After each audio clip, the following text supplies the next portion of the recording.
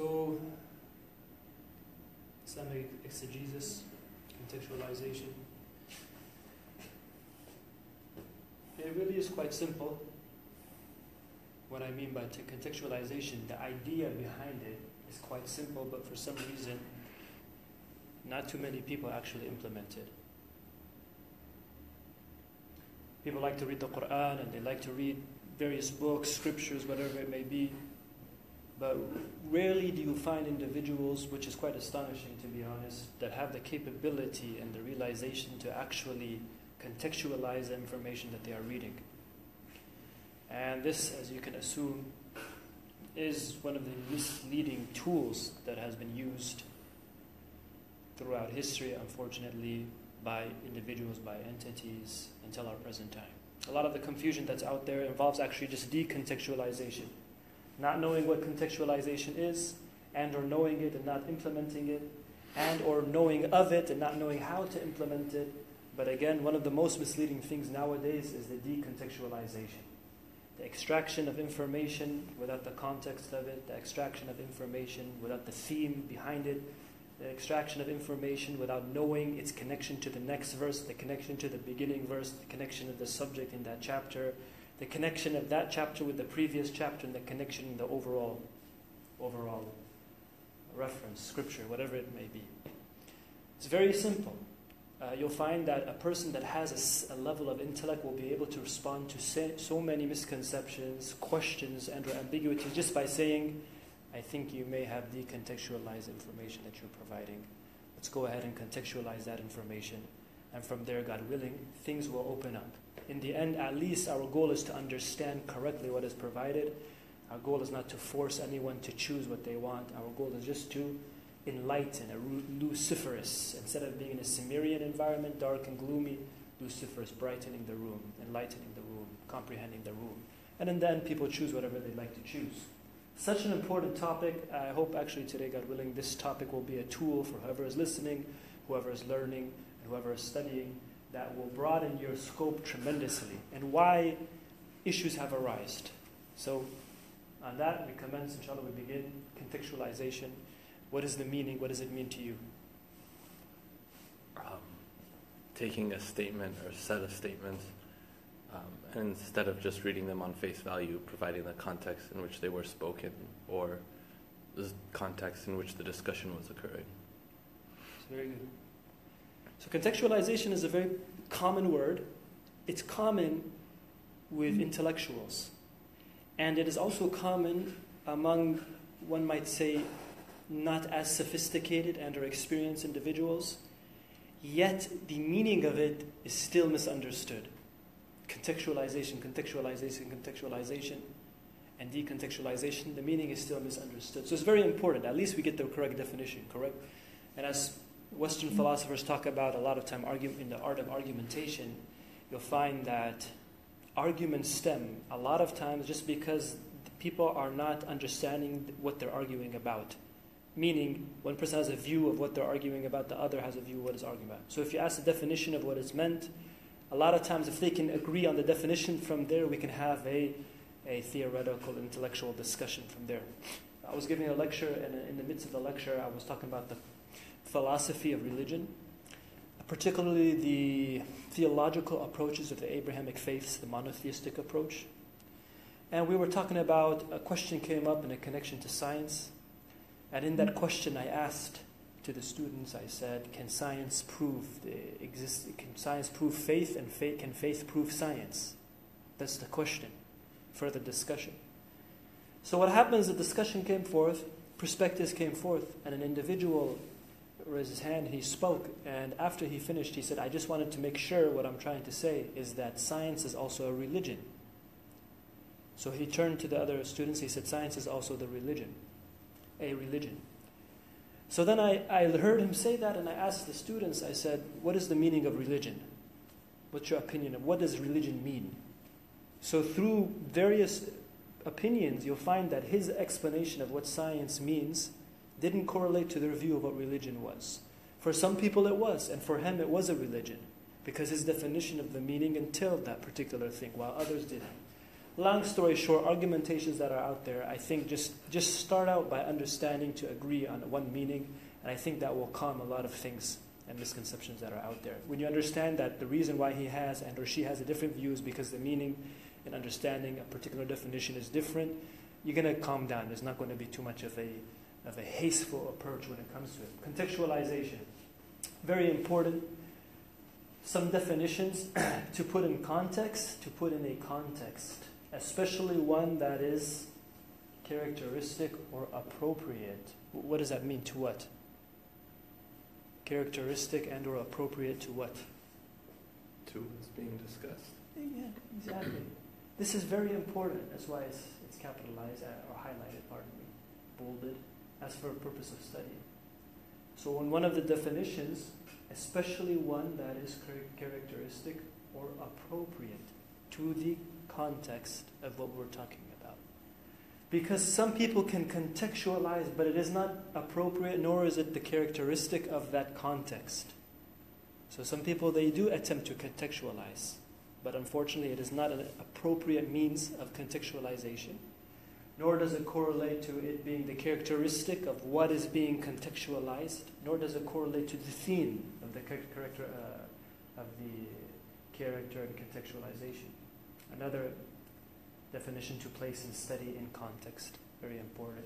But even when you read that, you'd have to understand what context is, the context of something, the interrelated conditions in which something exists or occurs. This is so important.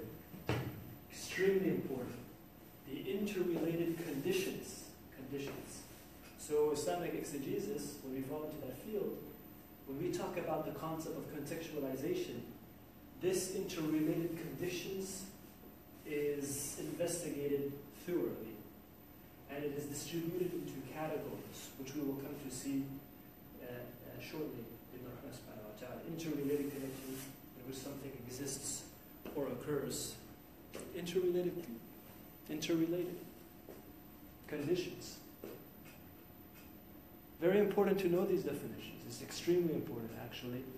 Especially the theme of the definitions, as you can see, contextualization, something that is appropriate with the theme, the placement of it, in the context of it, the interrelated conditions that involve the placement of this contextualization.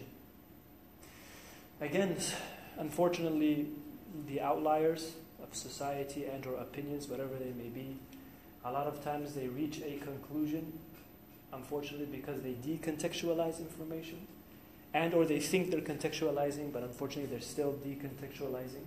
So they have a view, and a person comes and he says, for example, that Muslims don't know that actually Islam teaches terrorism. And these are my proofs for that. These are the verses for it. He's decontextualizing. On the other end, for example, you have another extreme that holds a view about something in which they think is a legitimate view, and they say this is the verse, but it's also decontextualized.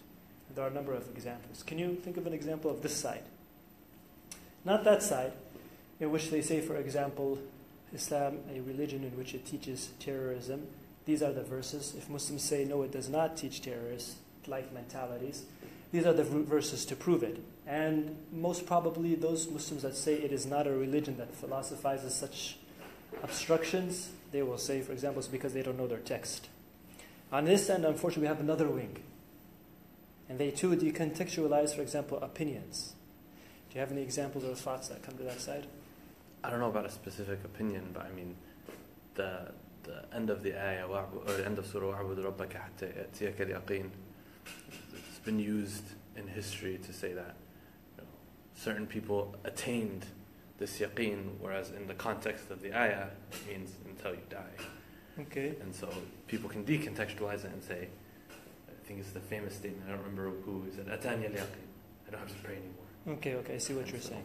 So what you are trying to say is that in this verse, which is the last verse from Surah Al-Hijr, you find this verse in which it says, so the concept of a God consciousness in an individual's life in which they reach a point of yaqeen.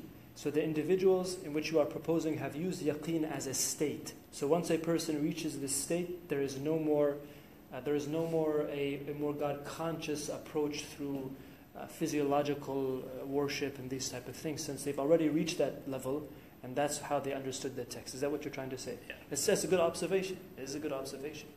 And decontextualization is very probable in this circumstance, as you can see.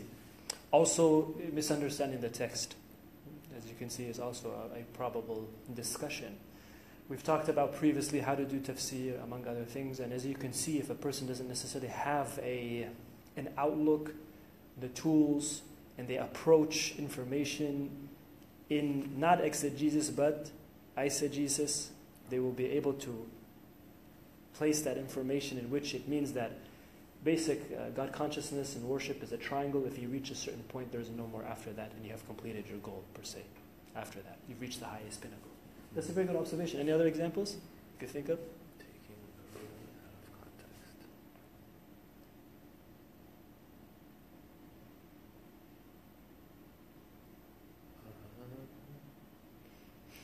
Not off the top of my head. How about, for example, there's a verse of Surah An-Nisa where it says, وَمَن يَعْصِ اللَّهَ وَرَسُولَهُ. And what's after that? It's in the page of the Mawarith.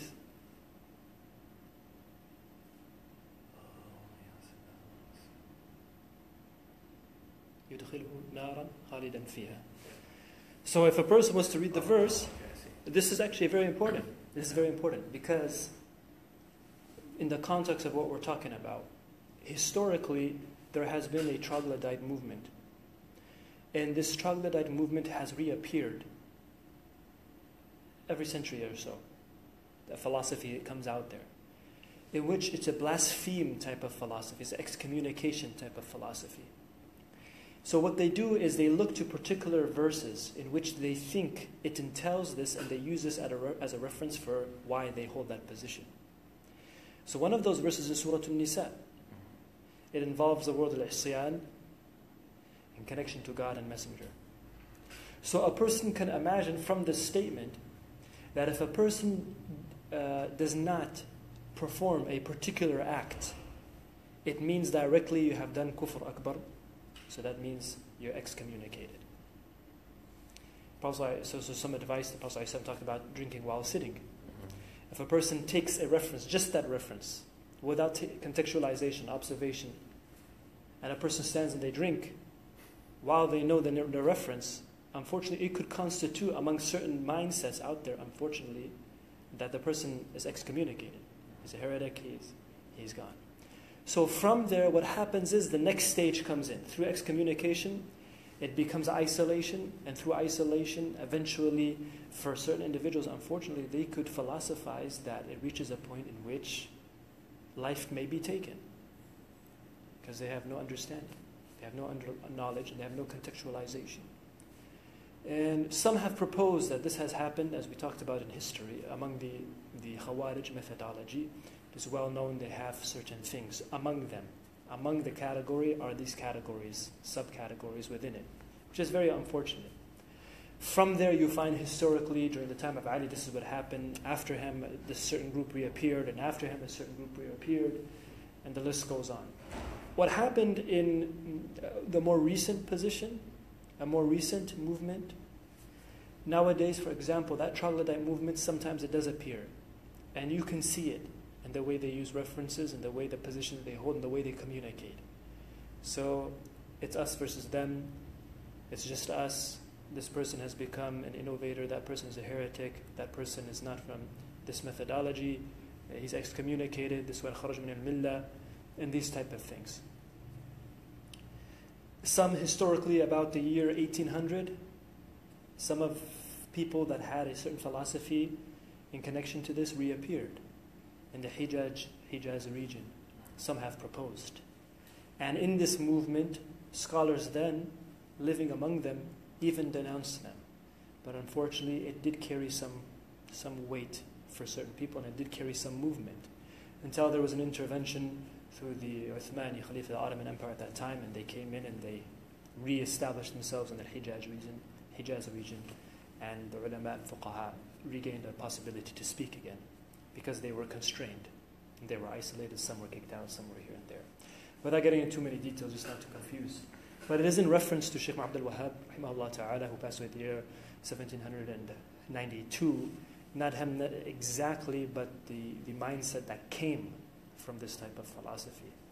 His brother Sulaiman, his father, they wrote some polemics against some opinions he had, and they were jurists. This has been attributed. For example, Sulaiman, his brother, argued with him and talked to him about how, for example, there's a difference between kufr akbar and asghar. And what you have done is you've confused the two, and you have taken statements in which you have made a kufr al-asghar akbar, so you have excommunicated people. But not necessarily you, but people who read your information will assume that. And as a result, you do see that at times, even till this day. Individuals who do read some of his references, and the way they do read it, unfortunately, leads them to reach this philosophy. Though he himself, in another narrative in history, says, I'm not from that excommunication methodology. So he blatantly says that. Unfortunately, people that don't have knowledge, understanding, they can read it, and it can manipulate their mind, and they can actually assume that such things as excommunication, and through excommunication, for certain individuals, unfortunately, they think ibahat al-dam at that point. It's really unfortunate. But this type of philosophy has been an issue, a cell within various religions through history. So this cell, which is found beneath the umbrella of Islam, though the methodology is not Islamic, is there. Prophet ﷺ denounced it through several narrations. That cell has been there in the Christian history, the cell has been there in Judaic history, Hindu history, Buddhist history, whatever it may be. There is that cell. That's why religion, again, is a very powerful tool. It could be used in so much good, but it could really be used, unfortunately, in negativity. So, contextualization, extremely important. Extremely important. Interrelated conditions in which something exists or occurs. Again, online, videos, internet, a lot of polemics. Most of the time, it's due to decontextualization, and a lot of those views they do use and the way they interpret the verse by itself, even when they isolate it, is not corresponding to how scholars of exegesis interpreted information. It's very important.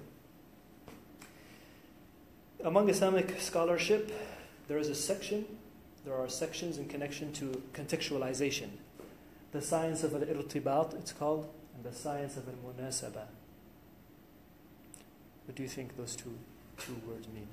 Irtibat is something that ties. Very good. When we say munasib, for me it means something easier to understand, something forward-thinking. It's very good. So this is a science.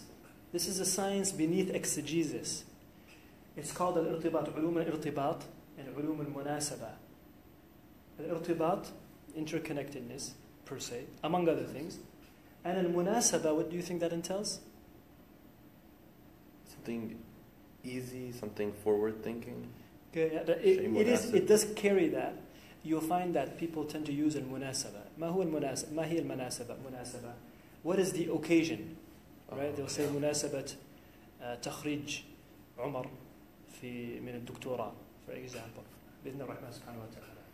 So it gives that emphasis. So when you think of an event, how does that connect to al-irtibat? What do you think? So you said that it's like tying together. Exactly. So it's how that event ties together with other events. Exactly. Time Exactly. If a person walks in the room and then there is a surprise party, and he jumps up, he's like, oh, and everyone's and they're screaming, and then you're like, what's this for? You gotta understand. That's almost exactly it in a funny way when it comes to al-irtibat and contextualization of Qur'anic references. And munasaba is very important. What is this all about?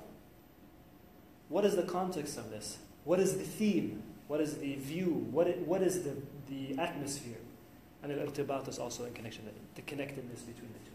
So these two things, if you ask people, when it comes to Qur'anic readings, they might not know that in of itself they both are an exclusive science. Al-irtibat wal-munasaba. But they will know the contextualization, the philosophy of the contextualization. But they don't know in of itself, these are sciences.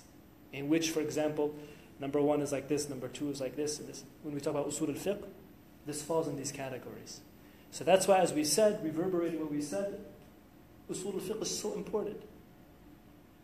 So important. It covers so many things that a person that really wants to flourish in Islamic sciences needs to know, one might argue. They need to know. Al-irtibat, al-munasaba. 2 things nowadays you don't find too many people well versed in. People might be well versed in the Quran in the sense that they can reflect upon a verse according to an occurrence. And you find this a lot. Right? For example, people, they say some of these verses quite a bit. كُلُّ نَفْسٍ ذَائِقَةُ الْمَوْتِ. They say that quite a bit. Or other verses, Allahu Ghafur Rahim. They can reflect these verses, it comes to mind. Or, for example, رِزْقُكُمْ فِي السَّمَاءِ وَمَا تُوعَدُونَ. They say that as well. وَعَبُدْ رَبَّكَ حَتَّى يَأْتِيَ الْيَقِينُ. Among others. So these verses come to mind. Do you have any other examples, thoughts? Of verses? Yeah, people, they say. So, and depending on an event. But it's used a lot. They use it a lot. They use it very much. The most common was Allahu Ghafur Rahim, by far. You find that? Yeah. Almost within every chapter of the Quran, you're going to find phrases, Qur'anic verses, in which people, wherever they are on the fly, they will say it, depending on the circumstance. And they will recall it quite a bit. قُلْ إِنَّ الْمَوْتَ الَّذِي تَفِرُّونَ مِنْهُ فَإِنَّهُ مُلَاقِيكُم. They say that. Surah Al-Mulk. الَّذِي خَلَقَ الْمَوْتَ وَالْحَيَاةَ لِيَبْلُوَكُمْ أَيُّكُمْ أَحْسَنُ عَمَلًا.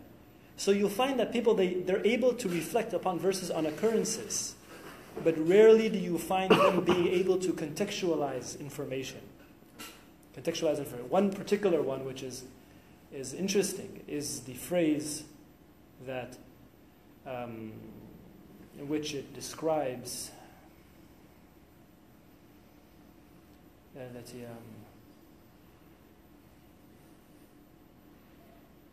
hopefully, if I recall it, it'll come back to mind. SubhanAllah, it's not coming to my tongue right now. أَوَمَن يُنَشَّأُ فِي الْحِلْيَةِ وَهُوَ فِي الْخِصَامِ غَيْرُ مُبِينٍ. That phrase. You say it's quite common. And they say it's in reference to the female gender. So they use that phrase. أَوَمَن يُنَشَّأُ فِي الْحِلْيَةِ وَهُوَ فِي الْخِصَامِ غَيْرُ مُبِينٍ. And they use it. What does it mean? So it gives a reference, without going into too many detail, because it's an ayah that requires tafsir. No. But in the usage of it, they essentially are saying, because it says at the end of it, وَهُوَ فِي الْخِصَامِ غَيْرُ مُبِينٍ, that in speech, in argumentation, in discussion, they are not clear. They are not clear. So unfortunately, at times, you find an individual who uses this. And you might find even troglodytes, unfortunately, that in a discussion with a loved one of theirs, they might say it. وَهُوَ فِي الْخِصَامِ غَيْرُ مُبِينٍ. But they have completely decontextualized information. Do you see? So what we're trying to allude to, there's a difference between a person reflecting upon a circumstance and recalling a verse without getting to how they understood the verse, because they could be completely off. And a person who is able to contextualize the information. Like if you talk to a person and he says, وَهُوَ فِي الْخِصَامِ غَيْرُ مُبِينٍ وَيَشَأُ فِي الْحِلْيَةِ وَهُوَ فِي الْخِصَامِ غَيْرُ مُبِينٍ. You ask them, what were the few verses beforehand? Or what's the context of the verses? What's the verse of the page? They won't be able to do so. Or if you say, for example, you find that individuals, they say, فَمَا أَتَاكُمُ الرَّسُولُ فَخُذُوهُ وَمَا نَهَاكُمْ عَنْهُ فَانْتَهُوا. So through this observation, they'll say, look, this is a ruling. You should take it. And if you have to abide by it. It's automatic. So they don't understand what sunnah is. They don't understand the categories of what sunnah is and the awamir, what it entails. Also the contextualization of the ayah. This is the contextualization of the ayah. مَا أَتَاكُمْ الرَّسُولُ فَخُذُوهُ وَمَا نَهَاكُمْ عَنْهُ فَانْتَهُوا وَاتَّقُوا اللَّهَ الَّذِي الْعِقَابِ لِلْفُقَرَاءِ الْمُهَاجِرِينَ يَخْرُجُوا مِنْ دِيَارِهِمْ. So you look to these ayah, and it talks about a fiqh intervention that had occurred. And then the ayah comes into play. It's something to think about and learn from. And there's no doubt that historically among the Islamic jurists, sunnah is a legislation. But here we're talking about the concept in which a person, if something comes up, and a person says it's sunnah, and a person's, for example, event comes up and he doesn't apply it, doesn't mean, like some people are saying, that it is kufr akbar, for For example, يخرج من الملة, he doesn't want to listen, or these type of things, among other things as well. So this is a very important thing. And al-irtibat wal-munasabat as a science is not known by too many individuals. Even when you open tafsir, I don't want to say names because we have so much respect for these scholars, but you open these tafsir, and in the tafsir, okay, you might see asbab al-nuzul in it, okay, and you might see a narration, and you might see a sim of a companion, but then the contextualization in which there's irtibat and in munasaba, in which the scholar says, and the reason for this ayah being placed here is because the previous ayah says this, the next ayah says this. You don't find that. You don't find that very much. But certain scholars spent more effort on that, which is very important. I think nowadays especially it's extremely important. Such as Fakhruddin al-Razi, he got into it. And Imam al-Qurtubi at times he gets into it, among others as well. Ibn Jarir al-Tabari, phenomenal tafsir, so much fiqh, arguably one of the oldest tafsir that's established. Taqiyuddin says, Ibn Taymiyyah says he's the father of tafsir. But he doesn't necessarily get into it too often. He does a great job of saying his fiqh opinion, what he inclines towards in the meaning of this verse and these things, but to say, for example, and the connection to this verse to the previous verse, you don't necessarily find it too often, among others. So this is something just to be aware of. So ulum al-irtibat and ulum al-munasaba is something, especially nowadays, that is definitely needed. It is definitely needed. And for people that do tafsir, when they're speaking on Qur'anic verses, I think it's almost, a person should implement these sciences if they're going to start teaching tafsir. Its connection to the chapter title. Okay, people, the way they do tafsir, they get the ayah, and they start talking about it. But I think what they should do is they get the ayah, look to the ayahs, explain the meaning to the ayah, essentially, and say its connection to the subject of the surah, the beginning of the surah is this, its connection to the theme of the Qur'an is this, its connection to the next verse is this, and its connection to the end of the surah is this. If a mufassir is able to do that, I think people will benefit even more in many things in which they are missing out on, especially nowadays. Al-irtibat, al-munasaba. So important.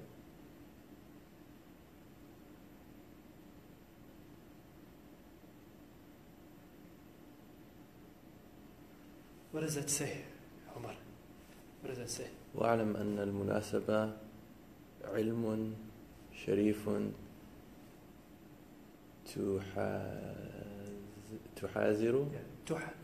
تحذر به العقول ويعرف به قدر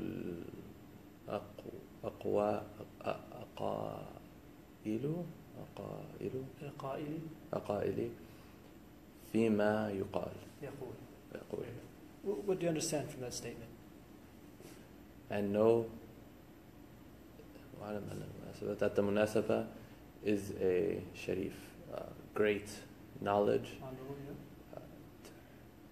I don't know what tuhzaru means. Basically, to inculcate, to place in. Okay.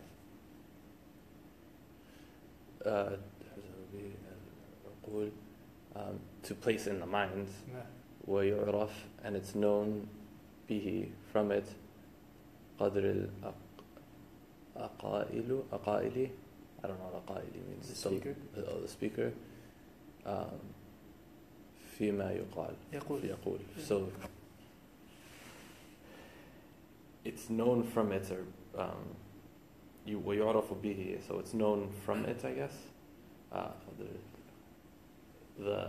The capability of the speaker and what he's speaking. Yeah, very good.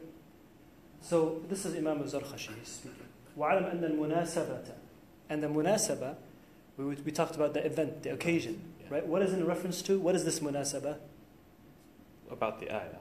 Exactly, the science of al-munasaba and the connection we're talking about, contextualization. Oh, okay. عِلْمٌ شَرِيفٌ.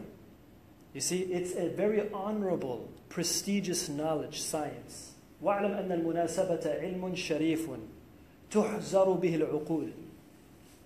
It's a very honorable science, بِهِ الْعُقُولِ وَيُعْرَفُ بِهِ قَدْرُ الْقَائِلِ. It essentially gives an inculcation within the mind of an individual, in connection, of course, here to contextualization and understanding the reference you're talking about. وَيُعْرَفُ بِهِ قَدْرُ الْقَائِلِ. And a person from this type of science, which is called al-munasaba, يُعْرَفُ بِهِ قَدْرُ الْقَائِلِ, they are able to grasp a higher level of intent and benefit from the speaker, فِيمَا يَقُولُ, in that which he speaks.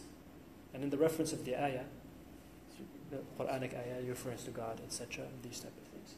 So Imam al-Zarqashi is speaking like this, and he's talking about this. Imam al-Zarqashi is in, a later period, about 900 years ago, rahmatullahi alayhi, approximately, or so. And what happens is, 800 years ago approximately, what happens is, during his writings, he actually talks about how, even in his time, he says, you didn't find too many people that are well versed in this.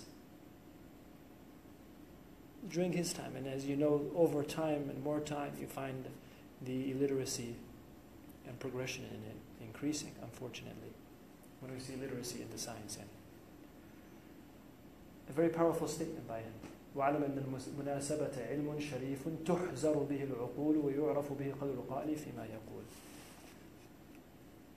عِلْمٌ شَرِيفٌ, so important, very honorable, prestigious science. The science of what? The science of al-irtibat wal-munasaba. So important. So this is Al-Qadi Abu Bakr ibn al-Arabi, rahimahullah ta'ala, a great scholar of the Malikiyah. He has a number of work.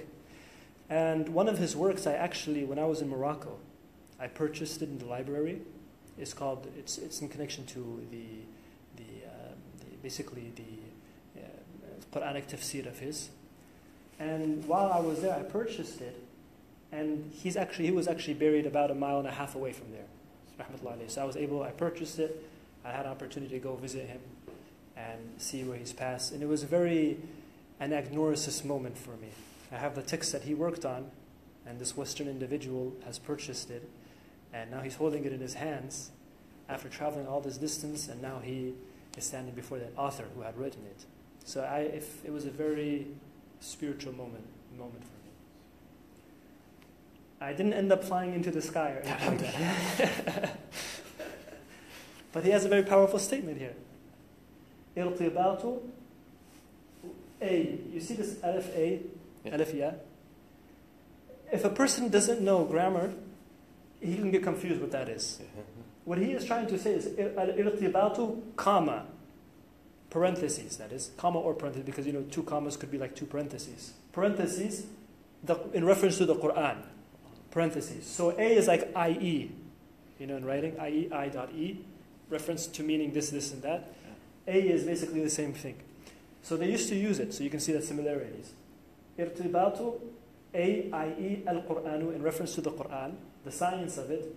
بعضها ببعض حتى تكون كالكلمة الواحدة. So this science of irtibat, interconnectedness with one another, in connection to contextualization, etc., حتى تكون كالكلمة الواحدة, until it reaches a point into which the Qur'an or the surah becomes as if one word. So you find scholars saying this, the Qur'an is as if one chapter. They say it quite a bit. In reference to surah, for example, and or the Qur'an as a whole, you find Abu Bakr ibn al-Arabi saying a very powerful statement. The interconnectedness, and as a person takes steps towards it, until eventually it essentially reaches a point in which the Qur'an is as if one word. As if one word. It is all interconnected. The Qur'an entirely is interconnected. This is in the science of contextualization. So Abu Bakr ibn Arabi, a great scholar, Ahkam al-Qur'an was the book I purchased. Very powerful, very significant book, a very historical book as well. ارتباط أي قرآن بعضها ببعض حتى تكون كالكلمة الواحدة. Until it reaches a point in which the Qur'an becomes as if one word. So what he is trying to speculate here and give reference to is that the science of irtibat, interconnectedness, should give rise to the mind in which the Qur'an is as if it is one word. It explains itself and the vice categories and the contextualizations and the chapter themes and the subjects, even the subject of the Qur'an in it itself, being connected to that, connected. So when people isolate verses, they decontextualize. A person who gets confused through an isolated verse should attempt to contextualize it. And if they don't know the context of it, at least they connect it to the theme of the Qur'an, the general themes that it entails. This is very important. So for example, There are some statements out there that a person says, okay, this is permissible to deal in this way. This is my reference. And then you know that God says in the Qur'an, وَقُولُوا لِلنَّاسِ حُسْنًا. Speak good to people, say good word to people, goodness to people. So what you have in mind, you know that this is basically the essential voice of what is being taught in the Qur'an. So when a person has isolated something, maybe you read some polemic or something like that, you should come back to these foundational things that we talked about previously. One of those is that theme of the Qur'an being al-husna, a good word, say a good speech. So that's why, for example, in the reference of this good word, some scholars of exegesis, they use an example in which فَأْتُوا نِسَاءَكُمْ حَرْثٌ لَكُمْ فَأْتُوا حَرْثَكُمْ حَيْثُ شِئْتُمْ وكما قال الله سبحانه وتعالى نِسَاءُكُمْ حَرْثٌ لَكُمْ فَأْتُوا حَرْثَكُمْ أَنَّا شِئْتُمْ. So what happens is you find that the description of this physiological interjection between two individuals is described as a harth. It is like a, what's a harth? From what I understood, it was mantle, something of ownership. In essence, it doesn't essence to it, but harth, in Orthodox linguistics, it's in reference to a type of mantle, but it involves you have a garden. Oh, okay. You see, agriculture. And what you do, you if you want to produce seed, you put the seed inside and you cover it and you put water in it. So do you see the reference that was used? Yeah. It's talking about a garden, a beautiful garden. So, وَقُولُوا لِلنَّاسِ حُسْنًا, this voice about everyone speaking to people in a good voice and good words, etc., good speech, is an essential theme of what is being called in the Qur'an. So at times, if a person doesn't know the contextualization of a chapter or a verse, etc., at least they have an idea of what the usul of the Qur'an is. And as we talked about previously, as you go up in a pyramid, sometimes you can get confused about something. Always go back to the usul. What's the usul? And this type of things. It's very important that qaida, fuqaha, they talk about, among others. ارتباط أي القرآن بعضها ببعض حتى تكون كالكلمة الواحدة. Very important, until it reaches a point in which it should be recited as if it is one word, and or one surah, as you can hear. And when you say one word in the كلمة الواحدة, like if someone says the word of God, it's in reference to the Quran. You see, so in that singular word, it could mean a number of words. It doesn't have to just be the word and. Understand? So it has a number of words, but it should be considered as if it is one, completing each other. So what we have here are some examples. These are some examples of what it means, what are some categories within the science of al-ulum al-irtibat and al-munasaba. So one of these categories is something called end of a surah with the beginning of the new surah. Okay, now we're using some examples. We talked about ulum al-irtibat and these things. Now let's look at some of the categorizations it has. Okay? And now what we're doing is we're looking at it from a chapter perspective. In a chapter perspective. What is the connection between one chapter, the beginning of one chapter, the end of a chapter with the next chapter, the beginning of the next chapter? So the question in the mind to think of is the end of the chapters to the new surah, is it a completely different theme? Or is there a connectedness for a person to think about? In the science of al-ulum al-Quran and the opinion that the surah is tanzili, that is, it is through revelation, the tartib, all of the surah are, because there are some opinions if they are. The one opinion is this, another opinion is the vast majority are, but some are not, and the third opinion is that the vast majority, or all of it is.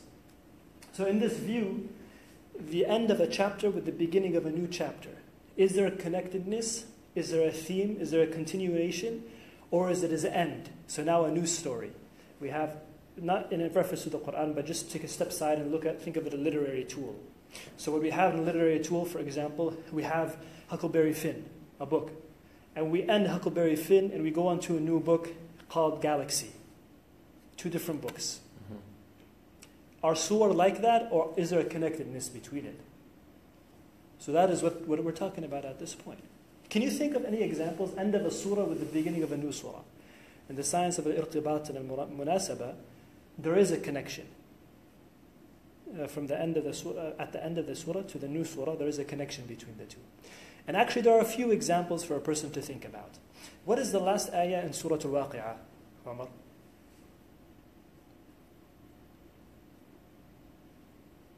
I can't say off the top of my head.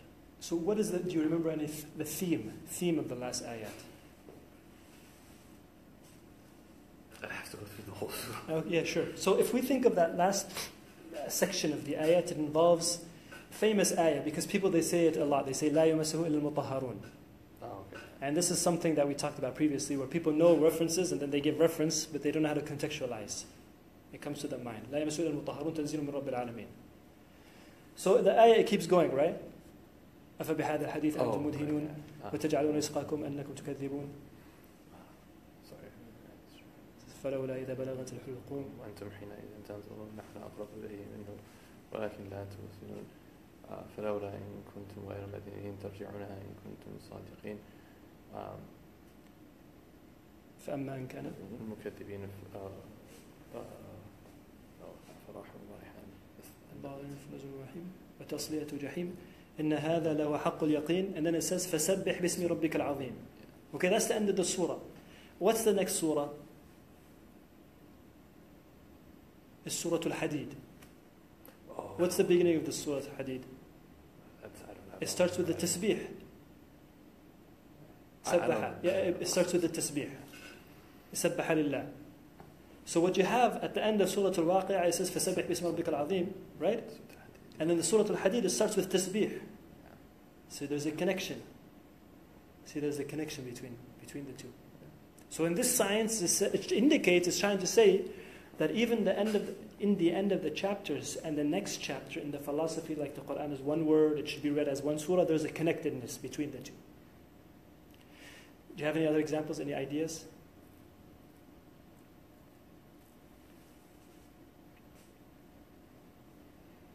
It's hard to get to the end of surahs without having to go all the way through them. Sure. Any thoughts? I mean,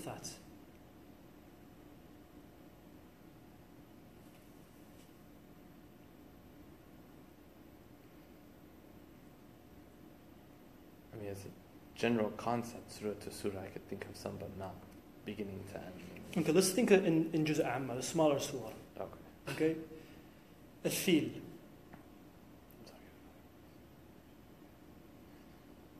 ترميهم بحجارة من سجيل فجعلهم كعصف مأكول بسم الله الرحمن الرحيم لإلاف قريش. Oh yeah. What's the connection between Quraysh and Fil?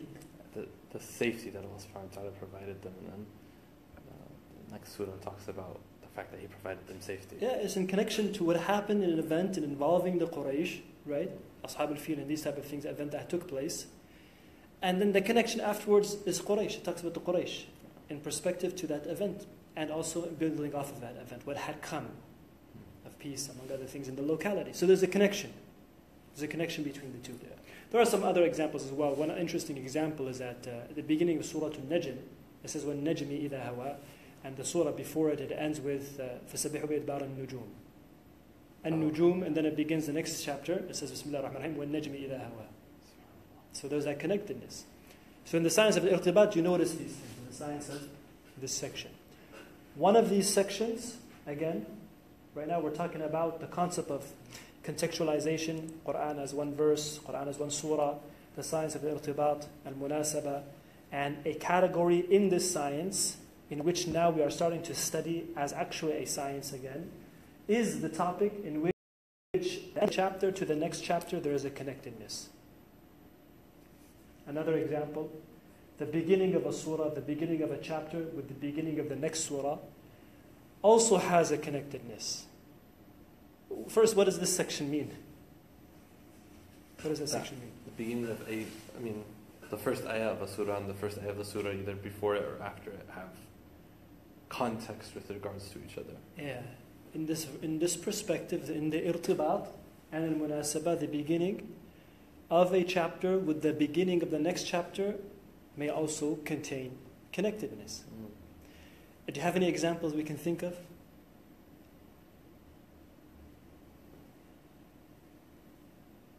Through a time to stop and think about. When you read the Quran and you think about it, you'll notice. Yeah, you notice things. Imagine so. I mean, I'll just go through.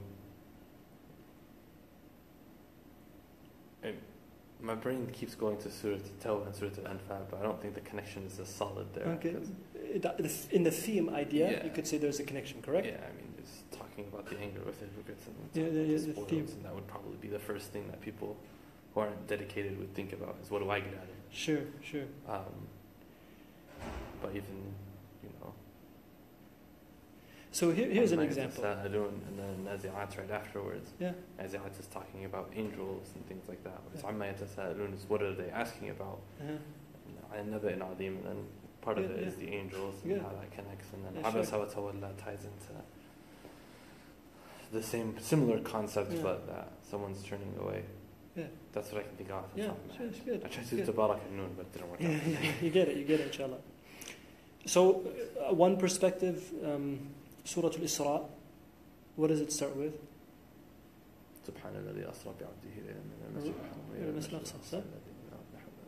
And the first word is Subhana. Yeah. And the next chapter after Surah Al-Isra is what? Surah Al-Kahf. What does that start with?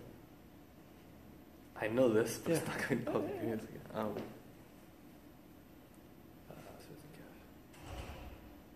I can't think of it. Alhamdulillah alladhi anzala ala abdihi al-kitab. So you can see it. Alhamdulillah alladhi anzala ala abdihi al-kitab. Okay? So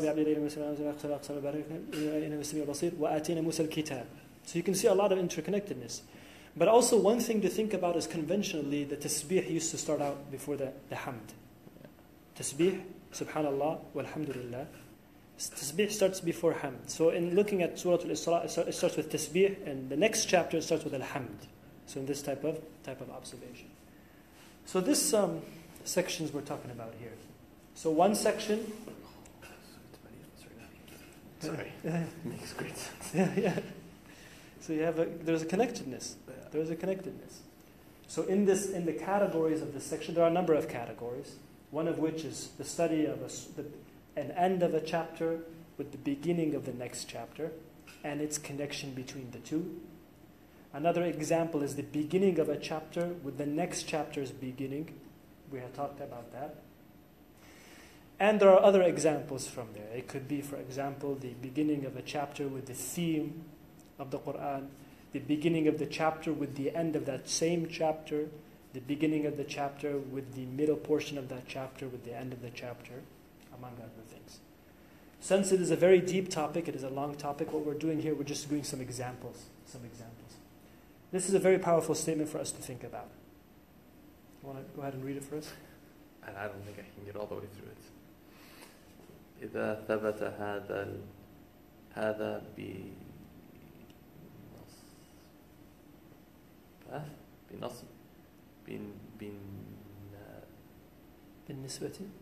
بالنسبة إلى السورة فما ظنك بالآيات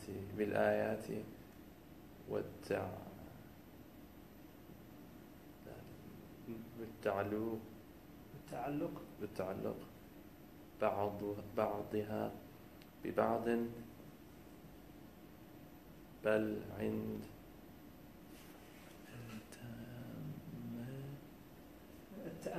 التأمل يظهر أن القرآن كله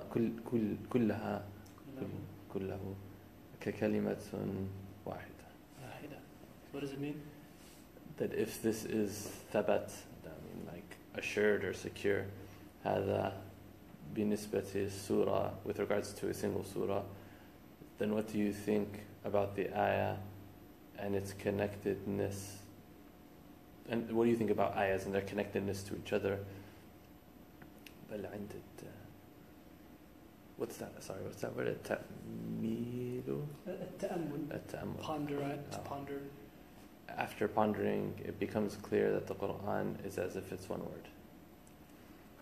Good, that's very good. So previously we used a quote in which it talked about how the Qur'an is one word. Who was that scholar? Abu Bakr ibn al-Arabi.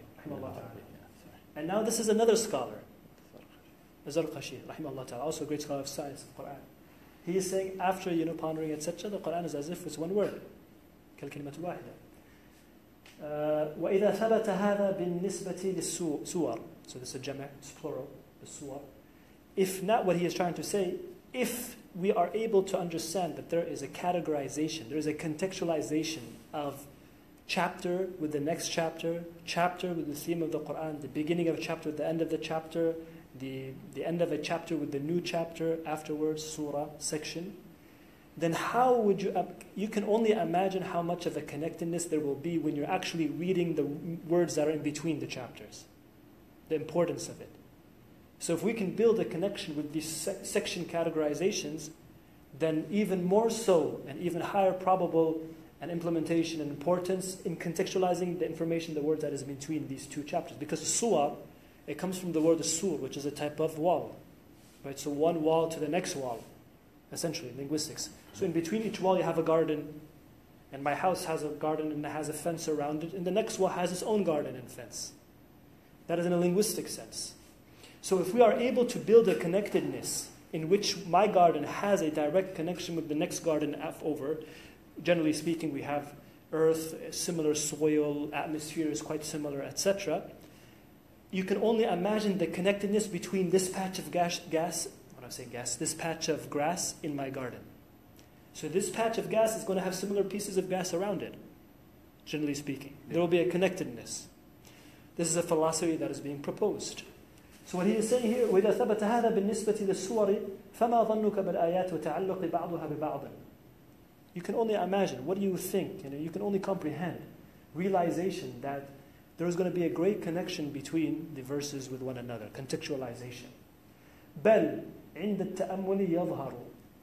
Indeed, nay, great emphasis, with great ponder, with sincere pondering, يَظْهَرُ أَنَّ الْقُرْآنَ كُلَّهُ كَالْكَلِمَةِ الْوَاحِدَةِ. It becomes apparent that the Qur'an, the entire Qur'an, as if it is one word, as if it is one surah, as if it is one place in which there is a fence around, is one property, one section. It supports one another. Imam al-Zarkhashi is saying that, rahimahullah ta'ala. So an example of the verse section in this science of al-ta'ammul, in the science of al-irtibat, are two forms. So now we're talking about ayahs with one another. Okay, ayahs with one another. One is the apparent interconnectedness. The next verse completes the previous one. Do you have any examples? Any story. Right? Some from the Qur'an. So one verse with the next verse. This section, apparent interconnectedness, is one category of this section of connectedness in the surah, contextualizing in the surah, the context. Apparent interconnectedness. I can't remember the ayah that comes before it, but it's the ayah where literally you say, فِي الدُّنْيَا وَالْآخِرَةِ وَيَسْأَلُونَكَ. And you have to stop, and you stop at the end of one ayah, and then you say it, and you continue to the next ayah. You have to literally connect the ayahs with physical, the way that it's recited. It's in Surah Al-Baqarah. I should be able to remember this, but I don't remember off the top of my head. And another, any ayah from Surah Yosof almost, right? It's a whole continuous story. It's very good. But give us a direct example. That someone is able to read an ayah and the next ayah, it's very apparent that they're connected. And you have to contextualize it. قالوا إنك لأنت يوسف قال أنا يوسف وهذا أخي قد من الله عليه. So there's a continuation. Yeah. Very good. Or, for example, as we were talking about earlier, it says وَيْلُ لِلْمُصَلِّينَ. This is a famous one. Yeah. It says, whoa, it's given a type of negative impulse to people who pray, God-conscious prayer. Yeah, exactly. If you take this verse and you leave it, you get super confused. But the next verse says what? It starts to describe this type of thing and what type of individuals fall in this type of category in that sense. Oh, okay. Yeah, okay, I see what you're... Yeah. So it's very important. So this section here is that apparent interconnectedness. The next verse is very clear. It's connected to the first one. There's a coherence in that.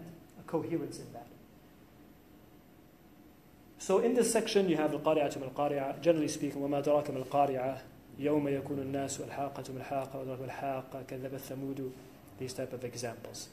ويل للمصلين, among others as well. قد أفلح المؤمنون. It's good. You can isolate, but الذين هم في صلاتهم خاشعون الذين عن اللغو معرضون, etc. So two forms of interconnectedness. One category, apparent interconnectedness. So the next verse is quite apparent that they are connected and there is a coherence, contextualization. The next verse completes the previous one, which is a must. Then the second section, each verse seems as though two distinct phrases. So we have a triangle. Okay, we have a triangle. First category, talking about apparent interconnectedness when it comes to verses. And you go up there, what's going to happen is it might get slightly more complex. And in this section, there's about 3 sections in it. One of which, it seems as though there are 2 distinct phrases. And this section here is where sometimes people, they may say, I have trouble at times reading the Qur'an. I feel there isn't a coherence. So this section here is the section in which this type of ambiguity may come up for certain individuals at times. Each verse, I remember Karen Armstrong in her book, she mentions this. She mentions for a person that comes from a traditional background in which it is 1, 2, 3, 4, 5, 6, 7, 8, 9, 10, and they come to the Qur'an, at times they might think there is an incoherence. But she goes on to explain, in her opinion, the reasoning for that, because the Qur'an is, it's a divine call just straight to the heart, from the mind directly to the heart for the purpose of benefit. And she goes on, she does a very good job explaining. But in the view of scholars of al-irtibat, right, and munasabah, they will say, no, there's always they all interconnect. And the reasoning is, they use certain tools and sciences for the reasoning of that. Each verse seems as though 2 distinct phrases. This section involves, number 1, coupled through literary conjunction tools, al-ma'tuf. It's called al-ma'tuf. So in this section, what happens is, a person would have studied grammar. So he knows, for example, waw is an indication. In this type of phrase, the waw does have multiple, as we studied before, usages. It may indicate a connection. قَدْ أَفْلَحَ الْمُؤْمِنُونَ الَّذِينَ. See, first was to read just الَّذِينَ هُمْ فِي صَلَاتِهِمْ خَاشِعُونَ. The phrase الَّذِينَ, they would need to go back. Who are they talking about? Who is الَّذِي? So you see that connectedness. That connectedness. So they notice the connection through literary tools. Okay, literary tools. The first one is a person doesn't necessarily need to know the connectedness through literary tools and or phrases. This second section involves a scenario in which a person knows the literary tools in which they are able to know al-ma'tuf. So moreover, and thereafter, phrases in English, we would recognize. In Arabic, it's a very deep language, and it does have this philosophy as well. So a person has to have a certain level of grammar to be able to recognize that. Here, we're talking about through just literary tools, not necessarily just meaning. Through meaning, you can see a connection between قَدْ أَفْلَحَ الْمُؤْمِنُونَ and الَّذِينَ فِي صَلَاتِهِمْ خَاشِعُونَ. But just looking at this literary tools, it shows you, this science is trying to teach you that you can also notice connectedness through these tools of literary connections. The second example, the adverse tool. I'm sorry. It looked like a sod. I don't have glasses on. It looked like a sod from here, so I was confused. I was like, "What's that?" No, it doesn't say that. This is al-mudaddata. Al-mudad. وبضد تتميز الأشياء. What does الضاد mean? The letter? Not the letter. والمضادة. I don't know. I'd have to go off of lid, which is opposing. Hey, very good.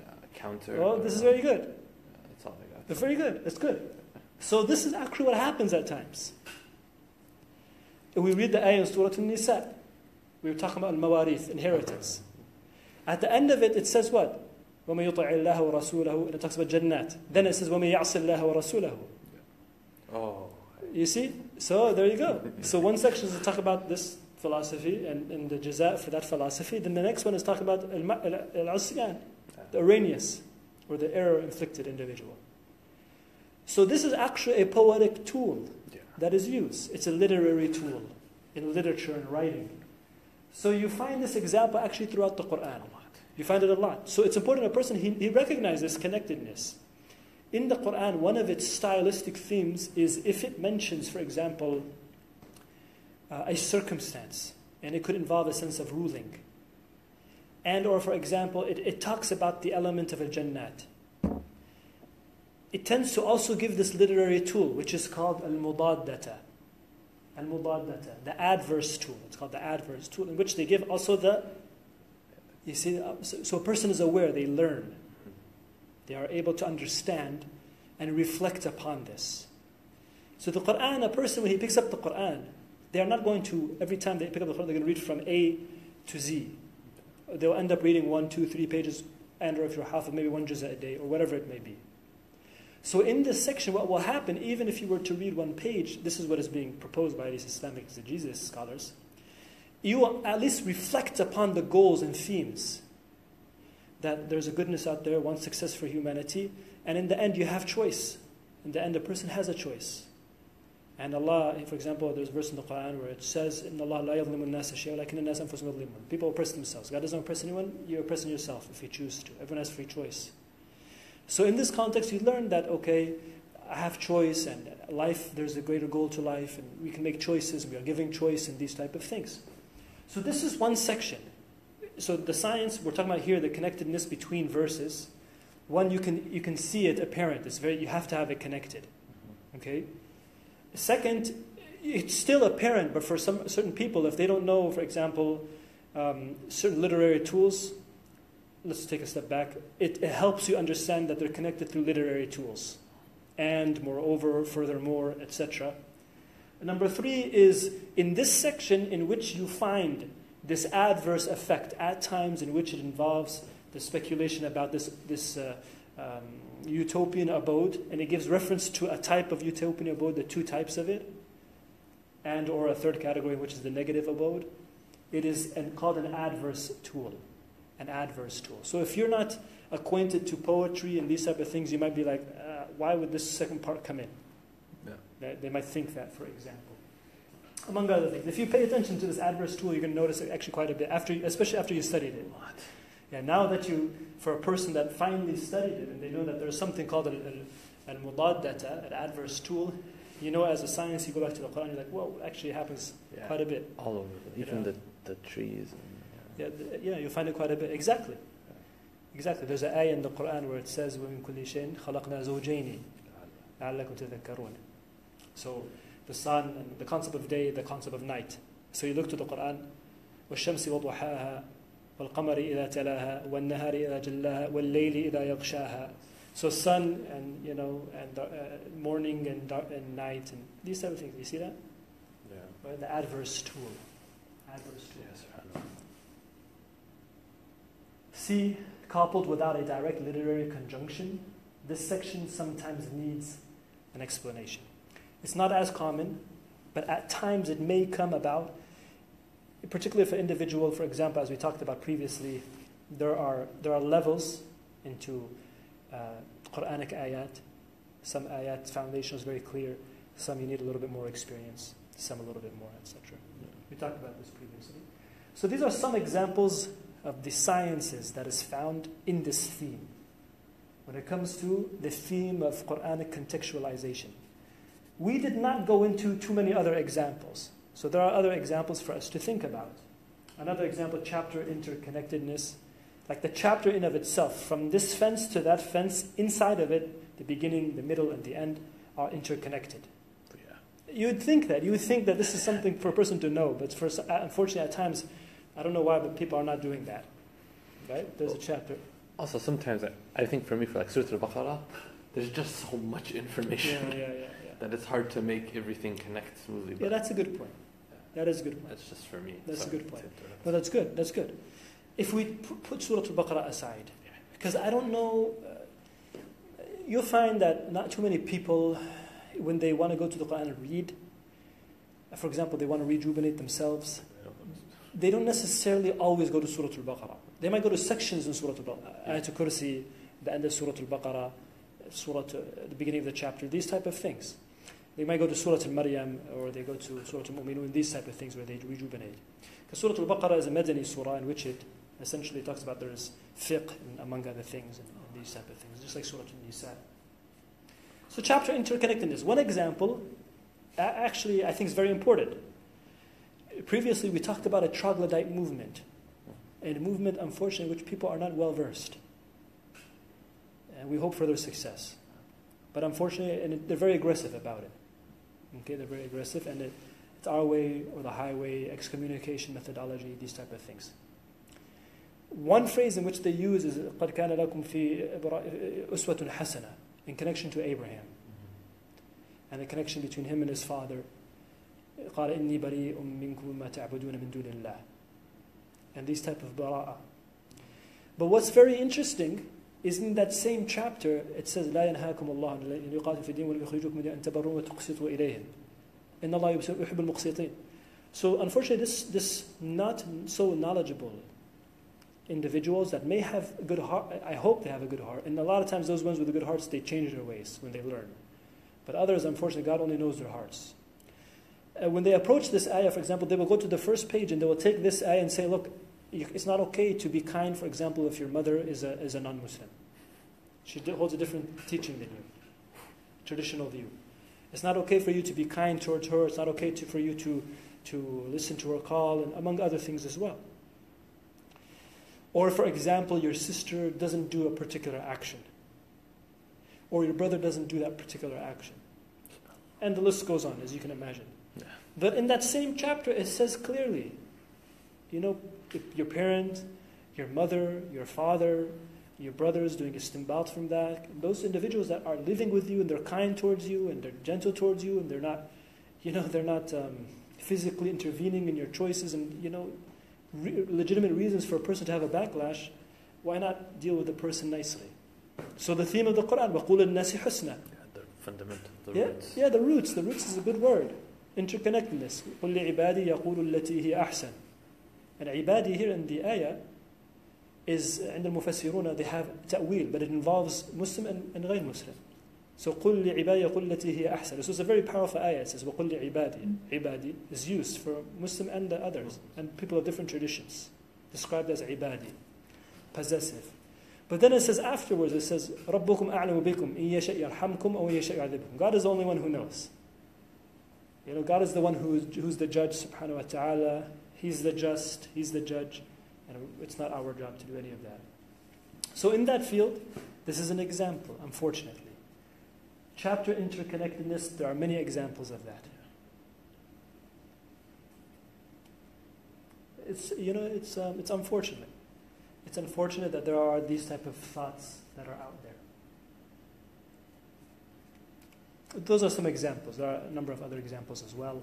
Essentially, what we should remember is the concept of what Al-Qadi Abu Bakr ibn al-Arabi said, Al-Zarkashi said, and those before and after.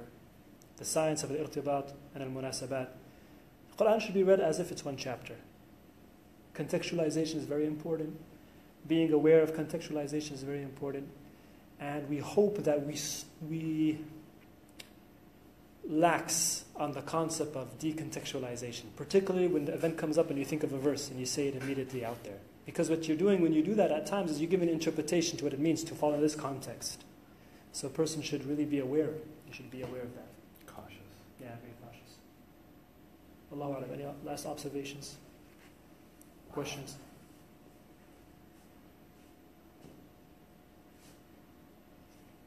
I have a lot of questions. I just don't know how to organize them in my head. Oh, yeah.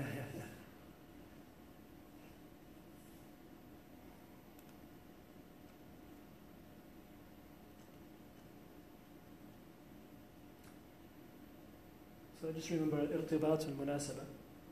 Yeah. Some of the same as by Zarkashi, Abu Bakr ibn al-Arabi, rahimahullah ta'ala. Some of those examples, right? The chapter examples, surah to surah, verse examples. And we hope that this is one step towards the right way. We hope so. So, one of the things I guess that was discussed is the movements that have a very excommunicative leaning. And then someone brings up one of these ayahs. Is the best way to deal with it to give that ayah context, or to just say Jazakallah khair for your opinion and move on? Depending on the circumstance. If you're in a position in which that comes up, like here, for example, we talk about it. But sometimes there are things out there that a person should revisit if it's, as the saying says, pick your battles. If you want to keep sane, stay sane in the mind. Yes. Just pick your battles. Pick your battles. But naturally, what's going to happen is you're going to recognize. You're going to recognize at times, especially as a person gets older and more experienced, you're going to start realizing that, is it worth it or not at this point?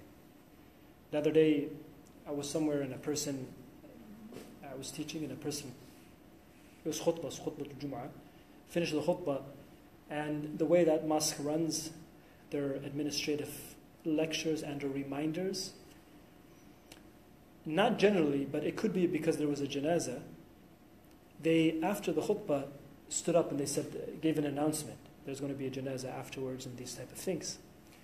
So what happened was, because the person, I said, we finished the khutbah, the person does the iqamah, and then there's prayer. So in this gap, they reminded. The one who gave the iqamah reminded the people. So I'm standing to lead the prayer, and a person comes to me and he says, لا يجوز هذا, لا يجوز هذا. He's trying to tell me to talk to them. This is not okay, it's not permissible. So I can, as a person, you can start to choose to pick your battle at that point. You can say, what Prophet ﷺ, for example, one day the iqamah was called and he continued to speak to someone. This is in Sahih Bukhari. And or this type of event took place and that type of event, and in the fuqaha they say, no, it's okay if there's a need for it and these type of things. But I said, Jazakallah khair, and just continued. It's just because people, unfortunately, through experience, among other things, and as a person gets older, the white hairs kick in. We hope that a person becomes calmer. Yeah. You see, and you start to pick your battles, and you choose your battles, and when it's time to speak and or not. Because right now, there's a lot of things that are out there, and people, as we spoke of previously, as a person starts to become more religious and or start to embark on Islamic sciences, if they don't necessarily have studied akhlaq and adab, among other things, correct approach to ilm, they get quite aggressive. They get quite aggressive. And at the same time, they will think that what they're doing is the only way. And a person, when he does something else, they will want to correct them, and or among other things. So they used to know, people would know in universities, and or people have spent time studying, they will notice a person that has just started, and a person who spent 6 years, 7 years, just by a question, one question, like a discussion. So the Mauritani way, scholarship, is there's basically a discussion. The scholar sits and his students, and they discuss topics. He teaches, yes, but then they discuss topics. He opens up and they start speaking. Then he reflects upon what they're saying and he goes and whatever he wants to build it. So if a person in certain areas, they can tell when a person has a very unique background. So if a person asks a question, a fiqh question that is flourishing nowadays, when should we start Ramadan? Is it a universal sighting or is it a local sighting? Okay? Stop, you can see what type of people they are. You can stop and just look. That's all you need to do, just look around. Yeah, just look around how the people act. That's a very good example. You'd think it's The Rock versus Stone Cold, Steve Austin, something very, I don't want to say entertaining, but it's like so much animosity, so much anger kicks in. For a lot of people, unfortunately, that hold a position, sometimes it could be out of pride, it could be out of many other things as well. So anyways, you can tell. You can tell a person who's experienced and or not. And you see this person, blah, blah, blah, blah, and you can see another person that's like, yeah, either one is fine. It's okay. Take it easy, guys. Take it easy. Yeah. It's one of those things. Allahu Akbar. Jazakallah. Yeah, subhanAllah. Assalamu alaikum.